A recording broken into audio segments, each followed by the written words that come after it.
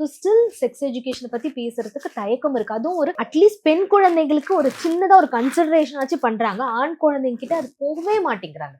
Okay, அந்த எதுக்கு அவங்க தெரிஞ்சுக்கணும், என்ன பண்ண போறாங்க, அண்ட் இன்னொன்னு இதெல்லாம் நம்ம பேசிட்டா அவங்க கண்டிப்பா எக்ஸ்ப்ளோர் பண்ண போயிடுவாங்களோ அப்படின்ற அந்த ஒரு பயமும் வந்து பேரண்ட்ஸ்க்கு இருக்கு.